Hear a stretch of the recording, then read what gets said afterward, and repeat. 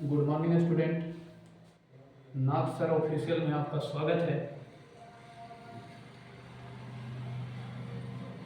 आप सभी को इस चैनल के माध्यम से संस्कृत के 8 से 10th तक के जो बुक हैं उसका मैं बेसिक से पूरी डिटेल पढ़ाऊंगा और साथ ही साथ इसका जो व्याकरण होता है संस्कृत का उसको भी मैं शुरू से आपको इस चैनल के माध्यम से बताते चलूँगा।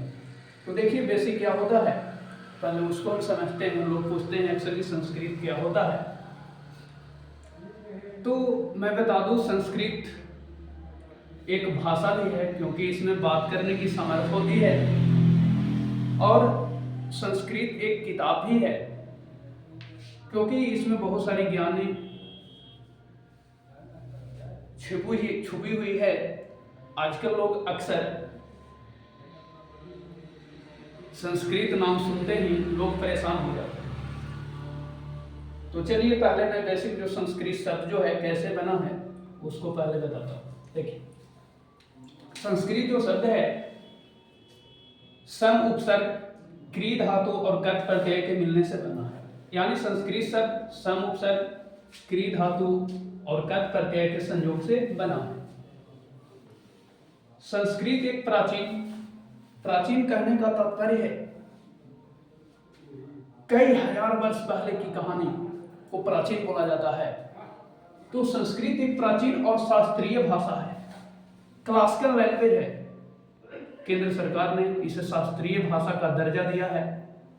तो ये एक शास्त्रीय भाषा है जो भारतीय उपमहाद्वीप में उत्पन्न हुई है और विश्व भर में अपनी ऐतिहासिक और संस्कृति महत्ता के लिए प्रसिद्ध है।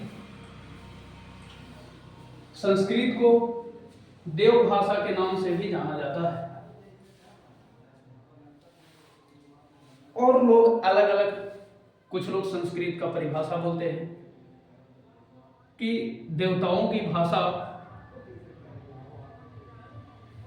यानी देवता लोग जिस लैंग्वेज में बात करते हैं उसे संस्कृत कहते हैं और संस्कृत हर लोगों को जानना चाहिए। अब मैं जैसे जैसे आगे बढ़ूंगा और संस्कृत के बारे में बताते चलूंगा, ऐसे कितनों मैं अभी समझा दूंगा तो उससे क्लियर नहीं होगा, लेकिन जैसे जैसे मैं संस्कृत पढ़ाते चलूंगा वैसे वैसे आपके चीज़ें क्लियर होते चलेंगे। अब थोड़े से मैं जो व्याकरण का कॉन्सेप्ट होता है उसको बताता हूँ। तो व्याकरण जो है वो बी उपसर्ग आंग उपसर्ग क्री धातु में 2 उपसर्ग जुड़े हैं, बी और आंग। उसके बाद उसमें ल्यूट प्रत्यय लगे हैं। ल्यूट प्रत्यय जब लगता है तो ल्यूट प्रत्यय का नाम हो जाता है, तो व्याकरण बना। बेसिक इसकी अगर परिभाषा की मैं बात करूं तो परिभाषा है व्याक्रियन्ते व्युत्पाद्यन्ते क्रिया अनेन इति व्याकरणम्। व्याक्रियन्ते व्युत्पाद्यन्ते यानी जिस भाषा को इतने अच्छे तरीका से बनाया गया, संवारा गया, वो जो कहलाया आपका व्याकरण, क्रिया के साथ अच्छे से इसको जोड़ा गया, वो व्याकरण कहलाया। अब मैं बात करता हूं कि संस्कृत में कुल स्वर की जो संख्या होती है वो होती है स्वर वर्णों की संख्या 13 और हिंदी में स्वर वर्णों की संख्या 11 होती है। संस्कृत में कौन कौन से 13 वर्ण होते हैं उसको मैं यहाँ पर शो किया हुआ हूँ, जैसे आ ई उ दीर्घ री दीर्घ री लिरी ए ऐ ओ औ। अब हिंदी में जो 11 होते हैं उसको मैं बताता हूं।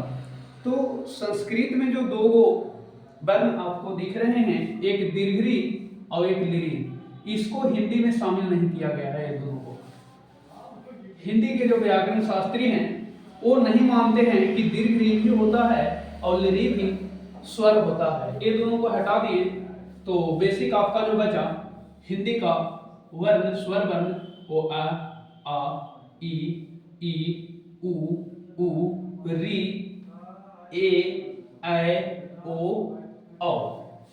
बस, तो ये हिंदी के हुए 11 स्वर वर्ण और संस्कृत के पूरे जो लिखे हुए हैं ये होते हैं। Thank you. फिर हम लोग अगले जो वीडियो शूट करेंगे इस पे, वो होगा आपका बेसिक व्याकरण का, जो 6 से 10 तक के जो भी विद्यार्थी हैं वो सभी इस चैनल को फॉलो करेंगे, देखेंगे जैसे जैसे मैं अपलोड करूँगा। और भी जो दिक्कत होंगे वो हमें कमेंट में बताइएगा। Thank you.